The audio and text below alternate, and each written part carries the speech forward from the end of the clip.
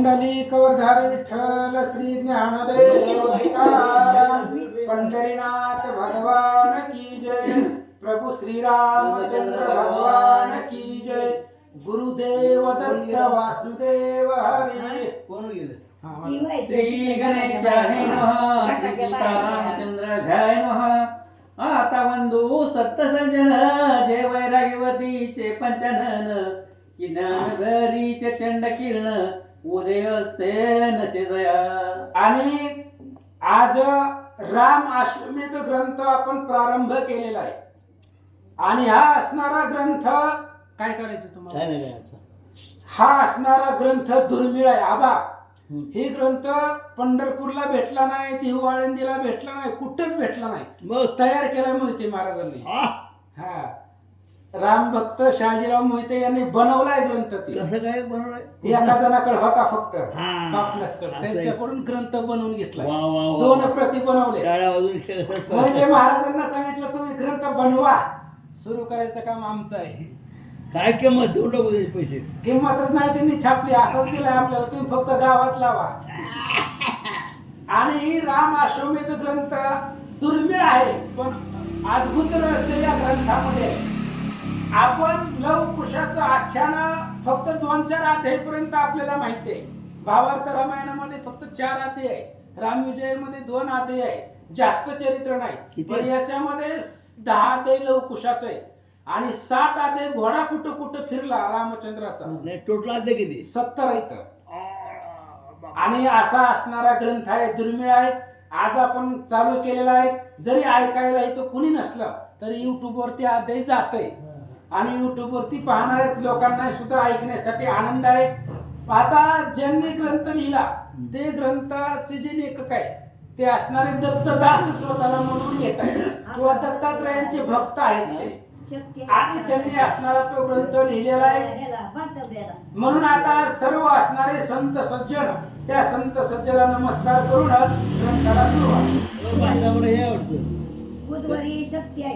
माहिती आहे मला, मी जातो तिकडे, कालच की जीव पावे परमपदासी ऐसा मुहूर्त देणार ज्योतिषी की ते पंचाक्षरी पंचभूतासी मात्री पळविती। आणि सद्गुरु संत काय करतात, देऊन या रसायना तारी ताती भवार नवजाना। मला रात्रीचा अभंग आहे, रात्री कीर्तन झालं माझं तिकडे नालगावला।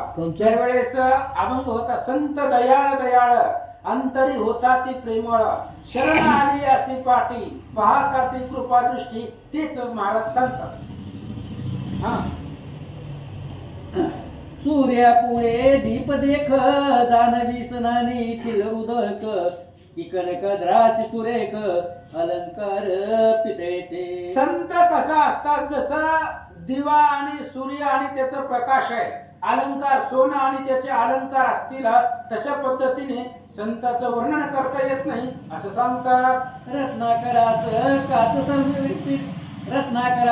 काच समर्पिली तैसी माझी आरुष बोली बरी तुझ प्रीती ठेविली नवलहे। अहो संताचं वर्णन मी काय करणार? बामरा ही नदी नाही, एखाद्यापाशी रत्नाचा ढिगारा आहे त्याला काच म्हणे दिला, त्याला त्याचा काय उपयोग होणार आहे? तशी माझी बोली भाषा आहे। त्यामुळे सर्वांनी क्षमा करा, जसं भगवंत बुद्धी देईल त्या पद्धतीने सांगण्याचा प्रयत्न करतो। विष्णूशी भूषण पार परी तुळशीवरी प्रीती फार शंकरास बिल्व पत्र भक्तीने वाहतो आवडे। आणि सांगू लागलेले भगवान श्री विष्णूकडे अलंकार भरपूर आहे, काय भगवंताला कमी आहे?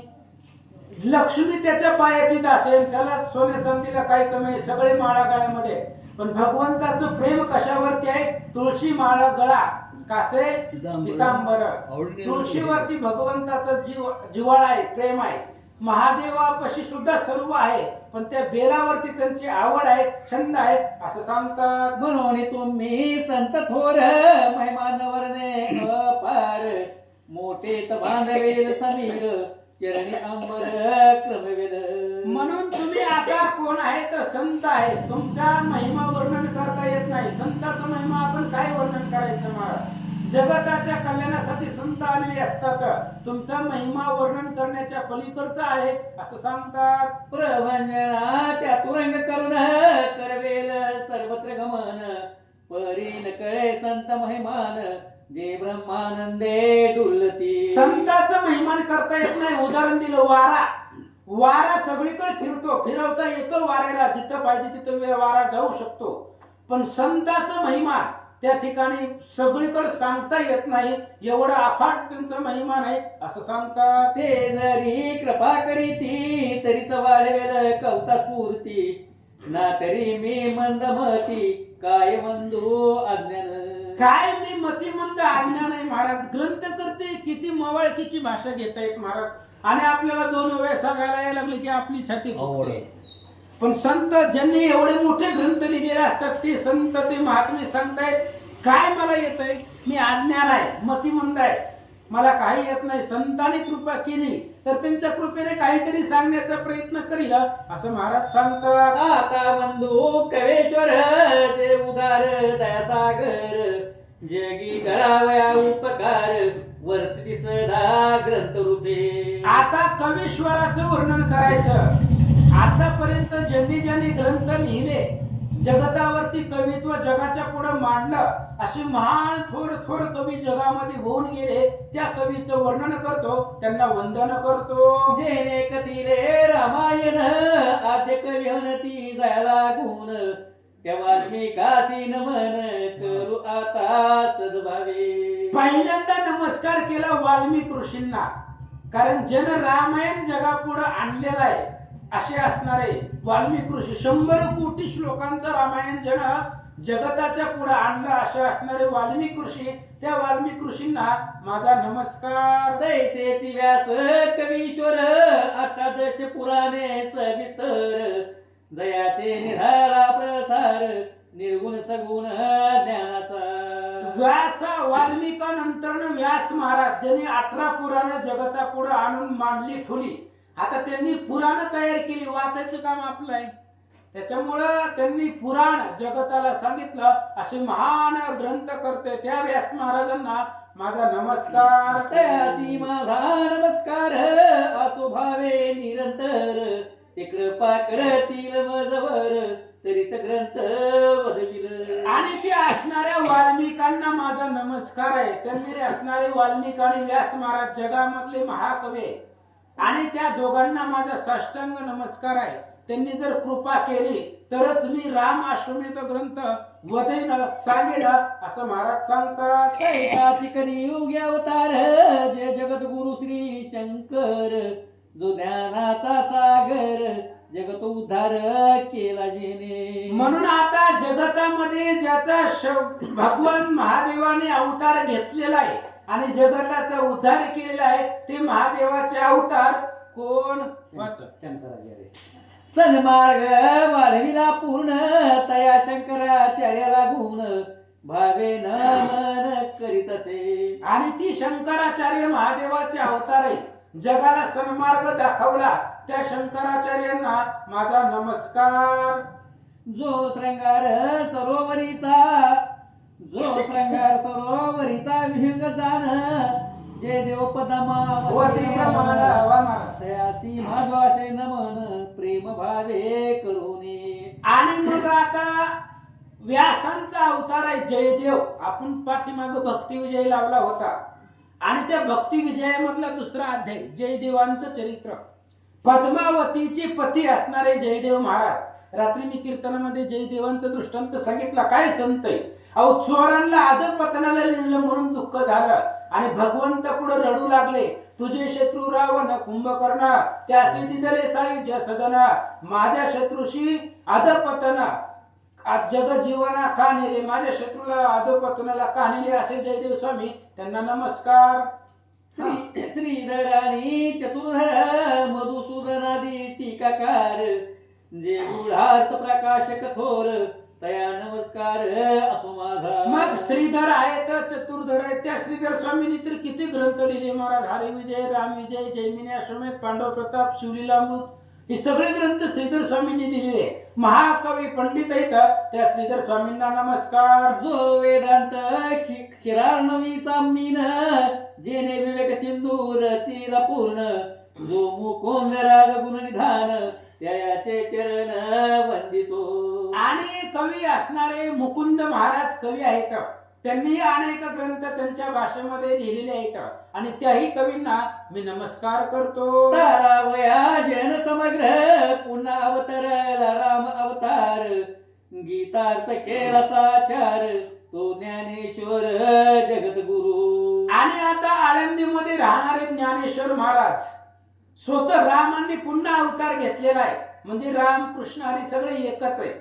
जो राम पृथ्वी तलावरती पाठीमागे होऊन गेले त्यांनीच ज्ञानेश्वर रूपानं अवतार धारण केला आणि गीतेवरती प्राकृत भाष्य केलं. त्या ज्ञानेश्वर महाराजांना माझा नमस्कार. जो भानुदास कुलभूषण, प्रतिष्ठानवासी ज्ञानघन, त्या एकनाथ ग्रंथ संपूर्ण, वेदांत पर कथिले. आणि ते असणारे प्रतिष्ठान म्हणजे पैठण मध्ये राहणारे आणि भानुदासाच्या कुळामध्ये अवतरलेले महाविष्णूचा अवतार म्हणजेच एकनाथ महाराज. त्यांनी अनेक ग्रंथ लिहिलेले आहेत. जगामध्ये जगाला आणि जीवाला पावन करणारा रामायणाचा ग्रंथ त्या एकनाथ महाराजांनी लिहिला. भागवत एकनाथ महाराजांनी लिहिलं. ज्ञानेश्वरीवरती टीका किंवा प्रतिशुद्ध एकनाथ महाराजांनी केली. त्या एकनाथ महाराजांना माझा नमस्कार. जे चातुर्य राजधानीचे कळस, मुक्तेश्वर मुद गुलदास, ज्याचे ग्रंथ पाहता विशेष, ब्रह्मानंद उचंबळे. अनेक प्रकारचे कवी आहेत आणि ज्यांचे ग्रंथ पाहिल्यानंतर मनामध्ये मन भरून येतो, आनंद होतो. अशा असणाऱ्या कवींना माझं वंदन असो. जैसे चंडांशु तेजव्योमी, तैसे केवळ वामन स्वामी, जयाची श्लोक रचनाय भूमी, मंडळावरी सुरेख. अशा प्रकारचे वामन स्वामी आहेत ज्यांचे तेजाचं आणि ज्ञानाचं वर्णन करता येत नाही असे महाराज. कृष्णदास जय राम, शांती दयेचे निजधाम, ज्यांचे ग्रंथी नाम परम, जो निश्चिम ब्रह्मचारी. कृष्णदास भगवंताचे दास त्यांचं नाव जयराम आहे आणि त्या जयरामांनी सुद्धा अनेक ग्रंथ लिहिलेले आणि जयरामांनी त्याच भावार्थ रामायणामध्ये ऐरावण मैरावणाचं आख्यान जयरामांनी लिहिलेलं आहे. तुम्ही ती आदय काढून पहा, वाचा. श्रीराम उपासक केवळ, जो भक्ती सरोवरीचा मराळ, तो रामदास महाराज निर्मळ, भक्ती प्रबळ लावी जना. आणि आता रामदास महाराज राम उपासक केवळ आहे. रामाशिवाय दुसऱ्याला न जाणणारे असे संत रामदास आणि त्या रामदासांना माझं वंदन असो. जो ब्रह्मानंद स्वामीचा भ्रात, नाम जयाचे रंगनाथ, ज्याची कवित समर्थ, अपार जना उद्धरी. आणि रंगनाथ महाराज आहेत त्यांचं सुद्धा कवित्व आहे. रामदासांनी दासबोध ग्रंथ लिहिलेला आहे, मनाचे श्लोक लिहिलेले. तशा पद्धतीने त्यांनी अनेक ग्रंथ लिहिले, त्यांना वंदन असो. जो ब्रह्मानंद स्वामीचा भ्रात, झाले हा. श्रीधर महिपती प्रख्यात, जयाचे ग्रंथ रस भरीत, दृष्टांताचे भांडार भूत, तया असो नमन माझे. आता श्रीधर महाराज आहेत. श्रीधर स्वामी आहेत, महिपती बुवा आहेत. महिपती महाराजांनी भक्तिविजय लिहिला, भक्त लीला, मृत लीला, संत लीला, मृत लीला हे असणारी महिपती महाराज आहेत. श्रीधर स्वामींनी अनेक ग्रंथ लिहिलेले आणि त्यांच्या ग्रंथामध्ये जर दृष्टांत पाहिले, काय श्रीधर स्वामींनी दृष्टांत दिलेत महाराज. 10 दृष्टांत एका मुद्दा पटवून देण्यासाठी सांगितलेले आहेत. म्हणून त्या संतांना माझा नमस्कार. असो आता समस्त कवीश्वर, अवघे ब्रह्म रूप साचार, त्यासी अन्य भाव जोडून कर, मागत वर ग्रंथासी. असं म्हणले अशा प्रकारच्या अनेक संत आहेत. त्या संतांना माझा नमस्कार आहे, वंदन आहे. त्या संतांना हात जोडून मी ग्रंथ आता जगापुढं मांडणार आहे, लिहिणार आहे, त्यासाठी बुद्धी द्या असं महाराज बोलतात. आता नमो श्रोते सज्जन, जे भक्ती भावे करीती श्रवण, जायचा इंदू विलोकून, सरितनाथ उचंबळे. आता श्रोते सज्जनाला नमस्कार करायचा आणि ती श्रोते सज्जन, श्रोते तुम्ही महेशाच्या मूर्ती असे असणारे संतांना माझा नमस्कार. वरच्या काळी गंगेशी पूर, की घन गरजता नाचती मयूर, कि वसंत देखून सुंदर कोकिळा गरजे आनंदे. आणि वसंत जसं वर्षाच्या काळाला पावसाळ्यामध्ये गंगेला पूर यावा किंवा वसंत ऋतू सुरू झाल्यानंतर कोकिळ पंचम स्वरामध्ये गायन करावी असे असणारे श्रोते, त्या श्रोत्यांना वंदन. रवी देखता कमळे विकसती की दाता देखुनी याच खर्चती. तैशा देखून संत मूर्ती वागदेवीसी आनंद. संतांना पाहिल्यानंतर श्रोत्याला पाहिल्यानंतर वाघ देवता जी आहे, आपण जी बोलतो सरस्वती. सरस्वती, ती सरस्वतीला उल्हास येतो. पुढे श्रोत्यांना पाहिल्यानंतर मग सांगण्यासाठी आनंद होतो. कोणी नसलं तरी सुद्धा आनंद होतो. अशी वाघ देवता आहे. ऐका. जैसी इंद्रा पुणे रंभा दाविंद्र ते कौतुक शोभा. तैसी देखत संत सहभा वाघ विलासी आनंद. इंद्रदेवाच्या पुढे अप्सरेनं रंभेनं नृत्य करावं, ते आपलं असणारं कौतुक नृत्य कला इंद्रदेवांना दाखवते. इंद्राला आनंद होतो. तसं श्रोत्यांना वक्ता जो आहे, तो वक्ता आपली वाघ देवता जे काही वचन आहे, बोलणं आहे, ती बोलण्यामधनं कौतुक दाखवतो. त्यामुळे श्रोत्याला आनंद होतो. ऐका. कैसे द्यावे दृष्टांत हे मी निश्चित. परी माझ्या न्याय समजत संत पोटात घालावे. संतांना श्रोत्यांना उपमा देता येत नाही, तेवढी माझी बुद्धी नाही. कारण वेळे वाकुडे गायन श्रोत्यांना माहिती असतं. वक्त्याच्या मुखातून जरी शब्द बाहेर निघाले तरी श्रुती उदार अंतकरणाचे असतात. म्हणून तुम्ही क्षमा करा असं महाराज सांगतात. आता सावे साधर श्रवणी श्री व्यासे पद्मपुराणी. पाताल खंडी जरा लागुनी राम अश्वमेध कथा कथेली. असं म्हणले. आता पुढचे असणारे म्हणजे कथेला प्रारंभ करण्याच्या आधी कथा सांगण्याचा उद्देश काय आहे, कुठून सुरुवात झाली, तर खाली असणारे पाताल खंडामध्ये व्यास महाराजांनी शेष महाराजांना सांगितलेली कथा आहे. तीच राम अश्वमेध ग्रंथ सुरुवात करतो. ऐका. ती प्राकृत भाषे करून यथामती करावी कथन. ऐसी स्फूर्ती मज लागून रामकृपेने झाली. आणि राम अश्वमेध ग्रंथ प्राकृत भाषेमध्ये करावा अशी बुद्धी रामानं दिली. मला सुद्धा आबा रामानं दिली. ही ग्रंथ गावामध्ये लावावा अशी भगवंतानं बुद्धी दिली. मनाला वाटलं हे ग्रंथ गावामध्ये लावावा आणि जगतापुढे हे ग्रंथातलं जे गुह्य आहे ते गुह्य जगापुढे आणावं, युट्यूब वरती आणावं अशी बुद्धी देणारा भगवंत आहे असं सांगतात. प्राकृत आणि संस्कृत दोही माझी एकच अर्थ. जैसा दोन स्त्रियांचा एकच नात दोन्ही हस्त एकाचेची. प्राकृत आणि संस्कृत, जे संस्कृत आहे तेच प्राकृत असतं महाराज. फक्त संस्कृत आपल्याला कळत नाही आणि प्राकृत लक्षामध्ये येतं. जसं एकाच म्हणजे दोन स्त्रियांना एकच पती असावा तशा पद्धतीने पती म्हणजे संस्कृत आहे, त्याच्या दोन स्त्रिया म्हणजे प्राकृत आणि संस्कृत आहे असं सांगतात. श्रोता एक दोन स्तोत्र पाहता एक दोन नेत्र. एक दोन पात्रात पवित्र एकची दुग्ध घातले. आणि श्रोता एकच असतो महाराज. कान दोन असतात पण दोन कानाने ऐकत नाहीत.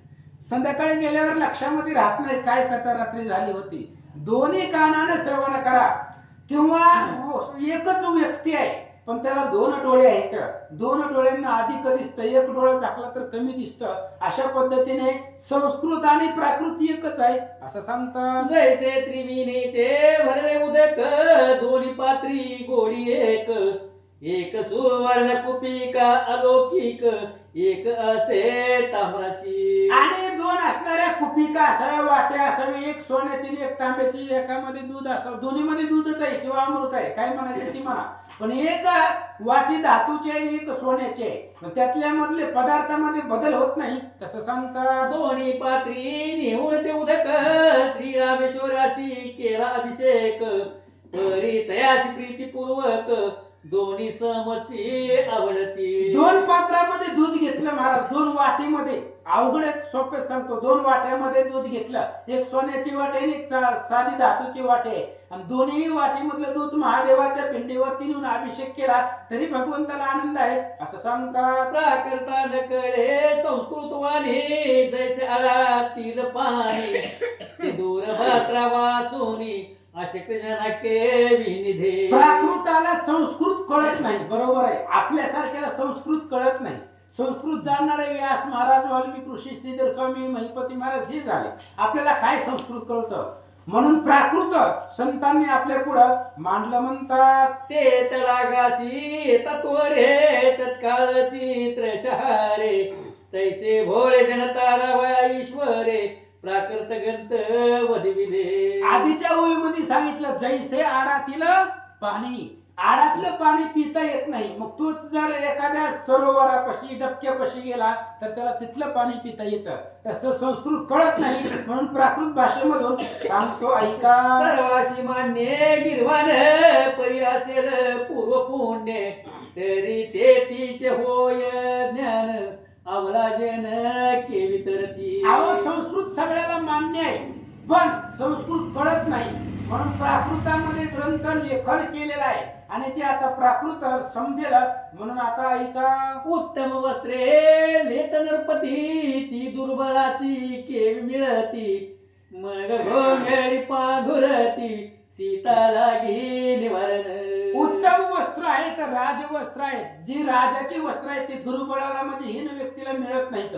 तसं संस्कृत श्रेष्ठ आहे. प्राकृत म्हणजे आपण त्याच्यावरून सार काढलेलं आहे असं महाराज सांगतात. यक्षदंडापासून शर्करा रसनेसी गोडी विचारा की राजापासून राजपुत्रा मान्यता होय बहुतची. ऊस आहे, ऊस, त्या ऊसापासून साखर प्राप्त होते, तयार होते. राजापासून राजकुमार आहे. राजा असेल तर राजकुमाराचा मान समाजामध्ये होतो असं सांगतात. तैसे महाराष्ट्रीचे वर्णन निश्चित परी अत्यंत रस भरीत मधुमक्षिकाची मुखी सूत्रवत मधुसुरस जैसा का. तशा पद्धतीने ही प्राकृत संस्कृत आहे आणि ही संस्कृत प्राकृत जगापुढे मांडतो तशी भाषा शैली आहे. म्हणून आता ऐका. गिरवान शशी मंडळाद्भुत त्याची प्रभा ही प्राकृत संस्कृत ग्रंथ वर्णिती पंडित परिप्राकृत अर्थकृती. आणि मग संस्कृत भाषा आहे, गिरवाण भाषा आहे संस्कृत. ती भाषा आकाशा एवढी त्याची असणारी लांबी रुंदी आहे, पण पंडितांनी ती संस्कृत वर्णन केलं आणि आपण तेच संस्कृत प्राकृत तुमच्या पुढे मांडतो. ऐका. कष्टे विन राजाले हाता तरी का सोडावी तत्वता प्राकृत भाषा ऐकून कथा लाभ श्रुती घेईज तेवी. अहो, अनायासानं जर राज्य भेटलं तर सोडायचं असतंय का? जर आपल्याला काहीच कष्ट न करता राज्य भेटलं तर ते राज्य का सोडावं? तसंही प्राकृत ग्रंथ आहे. आपल्या पुढे आला, कानावरती ऐकायला भेटला तर ऐकण्यासाठी का सोडावं? म्हणून ऐकण्यासाठी उपस्थित राहावं असं सांगतात. आता व्हावे सावधान जे श्री व्यासे केले कथन त्याची प्राकृत भाषा करून येतामती वर्णितो. आता म्हणले ऐका, जे व्यास महाराजांनी संस्कृत सांगितलेलं आहे, व्यासांनी जी सांगितलेलं आहे तीच प्राकृत भाषेमध्ये तुमच्या पुढे सांगतो. ऐका. वंशापयन म्हणती शेषासी तौमुखे विस्तारेसी बहुत कथा ऐकून मानसी आनंद मजसी झाला. ही कथा जी आहे ती कथा पाताळातली आहे, पाताळ खंडामधली आणि पाताळातली कथा आहे. पाताळामध्ये कोण आहे? शेष आणि वत्स्यायन, ह्या दोघांचा संवाद आहे. वत्स्यायन शेषाला कथा सांगताय, शेष पाताळामध्ये आहे आणि ते असणारे वत्स्यायन महाराज शेषाला सांगताय राम अश्वमेध ग्रंथ तुम्हाला सांगतो. ऐका. सर्व जगाची उत्पत्ती तैसाच लय आणि स्थिती भूगोल खगोलादी ज्योतिष प्रती विस्तारीचे कथितत्वा. आणि त्यावेळेस वत्स्यायन महाराज शेषांना बोलतायत. शेष महाराज ऐका. जगाची स्थिती उत्पत्ती सगळे असणारं मंडळ तुम्ही आम्हाला सांगितलेलं आहे. आता महत्त्वापासून कैसी सृष्टी झाली उत्पन्न हे सकळ मज लागून कळले से तव कृपे. महाराज तुम्ही सगळं सांगितलं आम्हाला. हे पंच महाभूत, पंच विषय, पंच असणारे रस, महातत्व, हे ह्यांची निर्मिती कशी झाली ते तुम्ही आम्हाला सविस्तर सांगितलेलं आहे. आता पुढं तैसेच नाना इतिहास सूर्यवंश कथा ऐकली विशेष तया माझी श्रीराम कथेस वर्णिले ते पै तुम्ही. आणि महाराज तुम्ही सगळ्या कथा आम्हाला सांगितल्या, आम्ही ऐकल्या. सूर्यवंशातल्या कथा सांगितलेल्या आहेत ते सुद्धा आम्ही ऐकलेलं आहे. रामचरित्र आहे तेही तुम्ही आम्हाला सांगितलं. ते रामचंद्राचं चरित्रही आम्ही ऐकलं. पण अजून इतके ऐकून या चरित्र तृप्त नव्हते माझे स्तोत्र. वा महाराज. तरी रामाश्वमेध कथा सविस्तर मज लागी निवेदी. तुम्ही एवढी सगळ्या कथा आम्हाला सांगितल्या पण आमचे कान तृप्त झाले नाही. एवढे ग्रंथ लावले आपले, अजून लावावंच वाटतंय आम्हाला. होय आबा, किती जरी ग्रंथ लावले तरी ग्रंथ लावावाच वाटतो, म्हणजे तृप्ती होत नाही. अख्खं रामायण सांगितलं तरी सुद्धा मनाची तृप्ती नाही, अजून ऐकावंच वाटतंय. म्हणून आता सगळ्यांना ऐकावं वाटतंय, म्हणून राम अश्वमेध ग्रंथ लावला. आता राम अश्वमेध ग्रंथ आम्हाला सांगा असं महाराज बोलतात. जेचे करीता श्रवण तेचेच करीती मनन सकळ पाप दग्ध होऊन चिंतित कामना पूर्ण होती. आणि राम अश्वमेध ग्रंथ आहे म्हणजे रामचंद्राचं चरित्र आहे या ग्रंथामध्ये. आणि मग रामाचं चरित्र ऐकल्यावर सकळ पापे दहन होती, भस्म होतात. वेदशास्त्रामाजारी ह्याची कथित निर्धारी जो श्रीराम नाम स्मरण करी त्याच्या नाशती पापराशी याच ग्रंथातली ववे पुढे ऐकायला मिळेल. ऐका. आईचे ऐकून वाचायन वचन शेष म्हणती तया लागून ब्राह्मण श्रेष्ठ धन्य धन्य तवमती रामी पूर्ण जडली. आणि शेष आणि वत्सयन महाराजांचं संवाद सुरू आहे. वत्सयन ऋषीचं बोलणं शेष महाराजांनी ऐकलं आणि शेषाने सांगितलं जगाच्या पाठीवरती 4 वर्णामध्ये ब्राह्मण श्रेष्ठ आहेत असं तुम्ही म्हणता. रघुवीर प्रधान प्रफुल्लित तवमती भ्रमरी होऊन तेथ मकरंद सेवन रुंज घालीत न निघते तुन कदा काळी. आणि रामचंद्र रूपी फुल आहे आणि त्या रामचंद्र रूपी फुलावरती आम्ही भ्रमर ते असणाऱ्या फुलामध्ये गिरट्या करतो. ही कथा ऐकण्यासाठी तिथे गिरट्या करून बसलो तर असं महाराज सांगतात. साधू समागम सकळाहून उत्तम बोलती ऋषी जन ते सत्तेचे असे जाण मज लागी स्मरण झाले. म्हणून शेष महाराज वत्सयानाला बोलतायत. म्हणले महाराज साधू संतांनी सांगितलेलं आहे की रामचंद्राची कथा आहे, रामाचं चरित्र आहे. आणि जे साधू संतांनी सांगितलेलं आहे तेच तुमच्या मुखातून आम्हाला ऐकायचं आहे. म्हणून सांगा.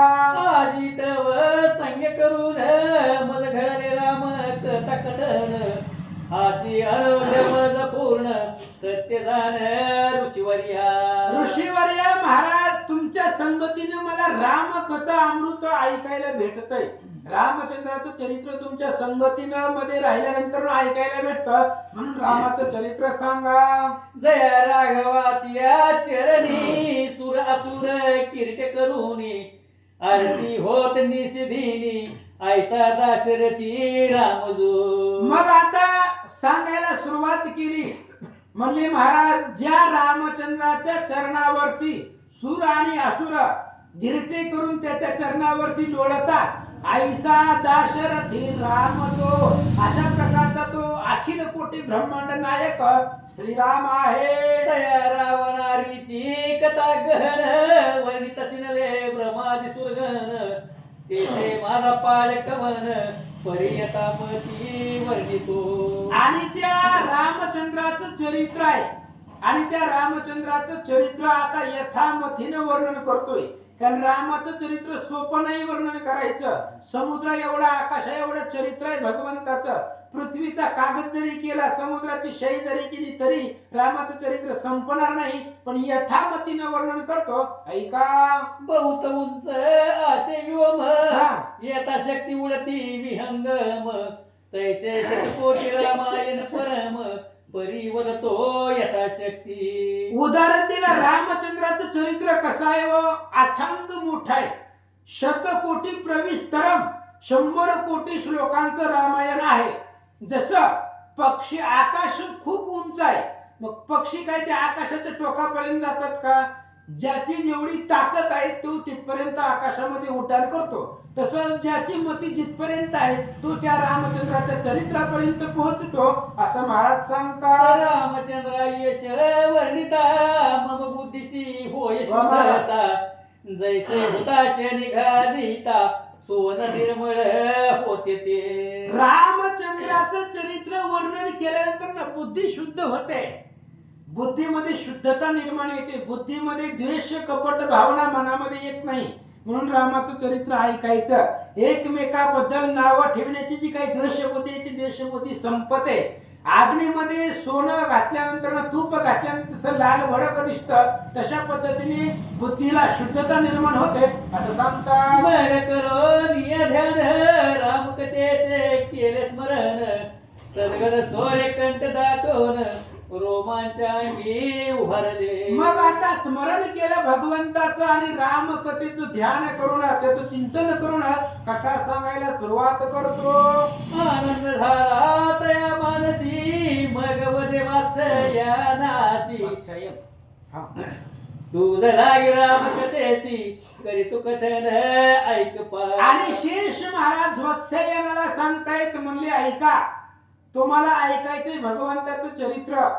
तुमची अंतःकरणामध्ये आवड आहे म्हणून आता रामचंद्राचं चरित्र तुम्हाला सांगतो ऐका. श्रीरामे रावण वधून मुक्त केले देवा लागून ते होऊन आनंद घन चरणी वंदन करीत असे. आणि मग कथा सांगायला सुरुवात केलेली आहे. कोण कोणाला सांगते? शेष महाराज वत्सयानाला पाताळामध्ये ही कथा सांगताय. भगवान श्रीरामचंद्रांनी रावणाला मारलं. आपल्याला काय रामायण ऐकायचं नाही. म्हणजे रामचंद्राचं चरित्र आहे पण रामायण नाही. रामायण संपलं.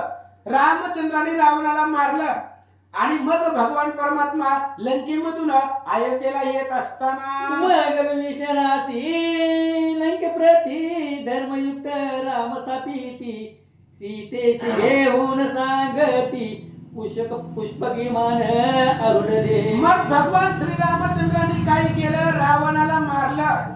लंकेचं राज्य विभीषणाला दिलं आणि पुष्पक विमानामध्ये सीतेसहित पुष्पक विमानामध्ये भगवंत आरूढ झाले. मग लक्ष्मण सुग्रीव मारुती सकळ ही विमाने सती विभीषण लंकापती सचिव सहित बैसला. मग आता लंकेमधून अयोध्येकडे येण्याचं अंतर आहे, खूप लांब आहे. मग विमानामध्ये बसलेले एक पुष्पक विमान आहे.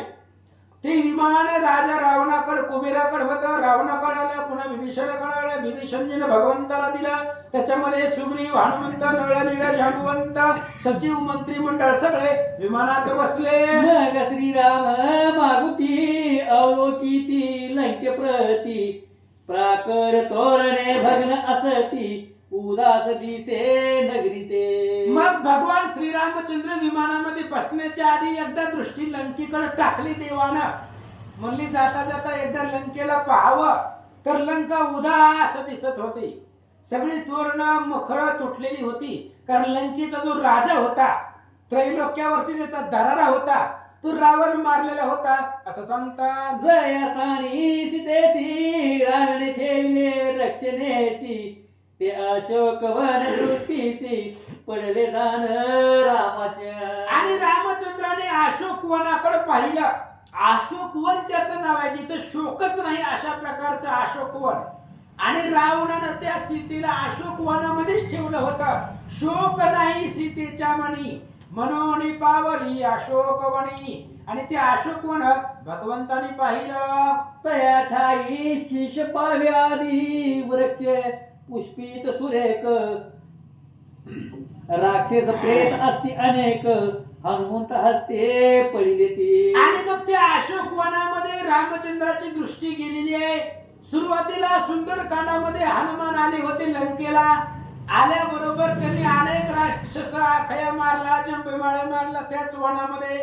आणि ती प्रीत भगवान श्रीरामचंद्र पाहू लागले. ऐसे विलोकुन रघुनंदन निघाले अयोध्या लागून आपल्या मने बैसून सुरवर संगे चालिले. अशा प्रकारे भगवान परमात्मा विमानामध्ये बसले, सगळ्या लंकेवरती नजर टाकली, सगळं असणारं मंत्रिमंडळ सैन्य सोबतीला घेतला आणि भगवंत अयोध्येला निघाले. सुगंधी वाजते अनेक अप्सरा गायन करती देख, सकाळ लागी झाले हरिक तो विमान उंच गेले. आणि मग भगवान श्रीरामचंद्र विमानामध्ये बसलेले आहेत, तर सगळे देव लोक फुलांचा वर्षाव करू लागले ते विमानावरती. देव गण गंधर्व यक्ष किन्नर नृत्य करू लागले, गंधर्व गाणी गातायत आणि विमान आकाशामधून निघालं. विमानातून सीते लागून ऋषीचे आश्रम शोभायमान, ऋषी पटल्याने कुमार संपूर्ण नाभे घेऊन धाविती. आणि मग भगवान श्रीरामचंद्र विमानामध्ये बसून सीतेला मांडीवरती बसलेला आहे, तिची हानवटी भगवंताने धरलेली आहे. आणि जिथे जिथे विमान जाईल, ज्या ज्या प्रदेशामध्ये तिथली माहिती ते ऋषीचा आश्रम नावासहित रामचंद्र सीतेला सांगतात. तैसेच ज्या ज्या ठाई वास केला आपण काही दिवस, तितकी स्थाने ती तेच रघुनंदन धावित असे. रामचंद्र सीतेला सगळं सांगू लागले, म्हणले सीते तुला माहिती नाही, तू अशोक वनामध्ये असताना मी कुठं हिंडलो, कुठं गेलो, कोणत्या ऋषीला भेटलो, कुठं वास्तव्य केलं, ती सगळी जागा नावासहित भगवंत सांगू लागले. ऐसे जाता पुष्पकिमान अयोध्या समाप गगनी येऊन, दृष्टी पडले नगर पूर्ण तैसेच नंदीग्राम देखिले. आणि मग असं सगळी माहिती सांगत भगवान परमात्म्याचं विमान अयोध्येच्या जवळ आलं. आणि अयोध्येच्या जवळ आल्याबरोबर भगवान श्रीरामचंद्र नंदीग्राम, जे भरतानं राममय करून टाकलेलं नंदीग्राम आहे, आणि त्या नंदीग्रामाच्या जवळ भगवंताचं विमान आलं. ज्या स्थानी कैके सूत राहुन धर्मे प्रजपाळीत, राम वियोगे परम दुःखित वाट पाहे भेटीची. आणि नंदीग्रामामध्ये भरतजी राहिलेले होते. आणि ती भरतानं त्या नंदीग्रामाची अवस्था कशी केली जर ऐकायचं असेल तर त्याच्यासाठी स्पेशल अध्याय शक्तीमधला 5वा अध्याय, युद्धकांडातला 47वा, शक्तीमधला 5वा आणि त्यातल्या 42 वव्या. ही वव्या फक्त नंदीग्रामाचं वर्णन आहे, दुसरं काही नाही. त्या 42 वयामध्ये भरतानं त्या नंदीग्रामामध्ये राज्य कसं केलं, त्याच 42 वयामध्ये त्या नंदीग्रामाचा आणि भरतानं राममय केलेली तिथली परिसराची स्थिती त्याच अध्यायामध्ये एकनाथ महाराजांनी किंवा गावबा काकांनी सांगितलेलं आहे. हेच महाराज सांगतात. भूमीवरी करीशेन ब्रह्मचर्य व्रत धरून, मस्तकी जटावल्कले परिधान केली असती जयाने. काय केलं होतं महाराज भरतांनी? जमिनीवरती झोपत होते म्हणून हनुमंत भेटले. जर गादीवरती महालामध्ये जर भेटले असते तर झोपले असते तर हनुमान भेटले असते का? जमिनीवरती झोपलेले होते आणि सहज आकाशाकडे दृष्टी गेली तर हनुमान पर्वत घेऊन चाललेले दिसले भरतजींना. आणि मग त्या भरतानं सगळं वातावरण राममय करून टाकलेलं होतं असं महाराज वर्णन करतात. दुखे झाला क्लेश बहुत रामकथा मुखे गात, यवना हिन बक्षित जेळ प्राचित पैठोडे. अतिशय दुःखी झालेला भरत आहे, नंदीग्रामाच्या ठिकाणी वास्तव्य करतोय. दुःखी का झालेला आहे? राम कथेविन येथ बहुत दिवस होतो पीडित, रामे कृपा करुणी त्वरित कपी पर्वत पाठविला. राम कथेविन दुःखित झालेलो आहे. एक दिवस जरी राम कथा नसली तरी जीवाला पीडा व्हायला पाहिजे, पण आपल्याला होत नाही. भरतजीची अवस्था आहे, रामचंद्राचं दर्शन नाही. रामाच्या विरहाने दुःखी झालेला भरत नंदीग्रामामध्ये अन्न विरहित राहिलेला आहे. नित्य प्रांत काळी उठून सूर्यासी करुणी सातांगण, प्रार्थित असे कर जोडून गैवरेसी दाटुनी. रोज भरतजी प्रातःकाळी सकाळी उठून सूर्य देवाला नमस्कार करत होते, कारण सूर्यवंशामधले होते ते. आणि सूर्याला नमस्कार करून एकच विनंती करत होते, माझा राम मला लवकरात लवकर भेटावा, अशी प्रार्थना भरतजी सूर्यदेवापाशी रोज करत होते. हे जगन्नेत्र सूर्यनारायण माझे पात करी धन, जगत पूज्य रघुनंदन मज करणे वना गेला. आणि भरतजी सूर्यदेवाला बोलतायत, महाराज जगलोचन म्हणतात तुम्हाला. जगाला दिसतं तुमच्यामुळे दिसतं, म्हणून जगाला मार्ग दाखवणारे, जगाचा उद्धार करणारे राम या सूर्यवंशामधले आहेत. आणि माझ्यामुळं ते वनवासाला गेले, जगाचा उद्धार करण्यासाठी गेले असं भरतजी बोलतात. पुष्पशय्येवरी सुकुमार शयन करती सीता सुंदर ते शिवनी दुःख आचार मज करणे होतसे. फुलांच्या गादीवरती झोपणारी सीता आहे महाराज. सीता कोण आहे? फुलांच्या गादीवरती झोपणारी. आणि माझ्यामुळे कुठं झोपते? काट्या कोट्यामध्ये, दगडामध्ये, गवतामध्ये सीता झोपते, त्याच्यावरती शयन करते. हे राम लक्ष्मण सीतेला माझ्यामुळे दुःख होत आहे असं भरत स्वतःला दोषी समजू लागले. दृष्टीन पडे जी राया लागून ती भिल्ल केली अवलोकून जी सेवित मधुर अन्न ती सिकंदमुळे ही न मिळती. अहो काय राम लक्ष्मण सीता वनवासामध्ये काय जीवन व्यथित जगत आहे, जीवन कसं जगत आहे. अहो राजअन्न जीवन करणारे माझे भाऊ लक्ष्मण, माझा भाऊ राम, आमची वहिनी सीता सुंदर अशा प्रकारचं जेवण सेवन करणारी, आणि आज वनामध्ये जाऊन कंदमुळं खात आहेत, माझ्यामुळेही त्यांना दुःख आहे असं भरताजी बोलतात. ऐसे मज करणे तयासी दुःख भोगणे निचेसी मी असे महत पापरासी करी दया मजवरी. म्हणून सूर्य महाराज मी पापांची रास आहे, पापांचा डोंगर आहे का? माझ्यामुळं रामाला दुःख होतंय आणि माझ्यामुळं राम वनवासाला गेला, सीतेला दुःख आहे, लक्ष्मणाला दुःख आहे आणि या सगळ्या जगताला माझ्यामुळं दुःख आहे, म्हणून मी पापाची रास माझ्यापाशी आहे असं भरतजी बोलतात. ऐसे दोन्ही सूर्यसी राम ध्यान धरुण मानसी विरह दुःख दिवस नीती काळ घालवी भरत तू. आणि अशा प्रकारचा रोज भरत सूर्यदेवा पुढे वंदन करून नमस्कार करून असणारा गारानं गात होते. आपलं दुःख सूर्यदेवाला सांगत होते आणि सूर्याला नमस्कार करून आपला नित्यक्रम भरताची चालू करत होते. नीती ज्ञान परिपूर्ण ऐसे अमर्त्य गुण संपन्न नित्य करीत समाधान परीन होय दुःख शांती. आणि अशा प्रकारे रोज उठायचं, सूर्यदेवाला नमस्कार करायचं, भगवंताचं चिंतन करायचं. पण रामचंद्राचं दर्शन झाल्याशिवाय अंतःकरणातलं दुःख संपत नव्हतं असं सांगतात. ऐसे किती राहिलं? झालं झालं का? ऐसे वदोनी सूर्यासी राम ध्यान धरुण मानसी विरह दुःख दिवस दिसी काळ घालवी भरत तो.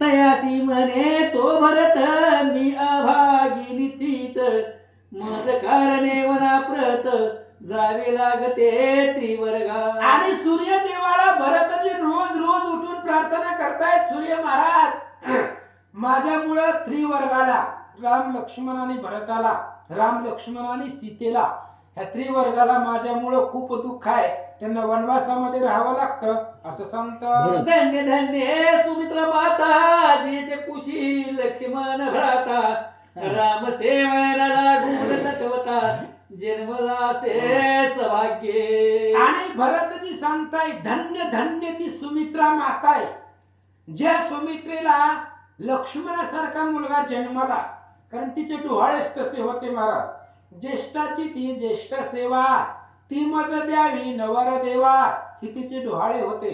आणि धन्य असणारी ती सुमित्रा माता आहे. रामचंद्राची सेवा करणारा माझा भाऊ लक्ष्मण त्या सुमित्रेच्या पोटाला आला, म्हणून त्या मातेला माझा नमस्कार. ऐसे प्रकारे तो भरत वास करी नंदीग्रामात पाहते झाले अयोध्यानाथ विमानाहुनी तयासी. अशा पद्धतीने भरतजी नंदीग्रामामध्ये राहत होते, वास्तव्य करत होते.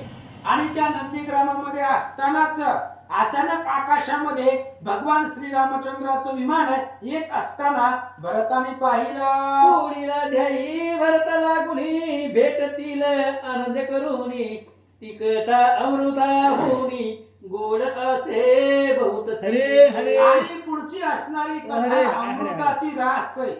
सुंदर अशा प्रकारची कथा आहे.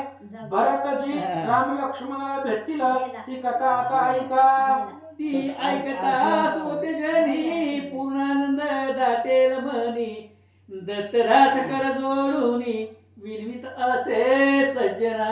म्हणून या राम अश्वमेध ग्रंथाचे लेखक आहेत. त्यांनी स्वतःच नावही दिलं नाही, दत्तदास. दत्तात्रय महाराजांची सेवक किंवा माझे असणारे दत्त उपासक आहेत. ते केवळ दत्तात्रयांची सेवा करणारे दत्त उपासक असणारे हे ग्रंथाचे लेखक आहेत. आणि त्यांनी या अध्यायाच्या अंतीला सांगितलं, भगवान श्रीरामचंद्र लंकेहून अयोध्यापर्यंत नंदीग्रामापर्यंत आलेले आहेत. आता उद्याच्या अध्यायामध्ये रामचंद्राची आणि भरतांची भेट आहे, बंधू बंधूची भेट आहे. आणि ती असणारी भेट अतिशय सुंदर आहे. तुम्हाला सुद्धा ऐकताना आनंद वाटेल, म्हणून ऐका. इथे श्री पद्मपुराणे इथे श्री पद्मपुराणे पाताल खंडे शेष वाचयन संवादे राम अश्वमेध प्रथम अध्याय कुंडलीवर कोंडाली कवरधारी विठ्ठल श्री ज्ञानदेव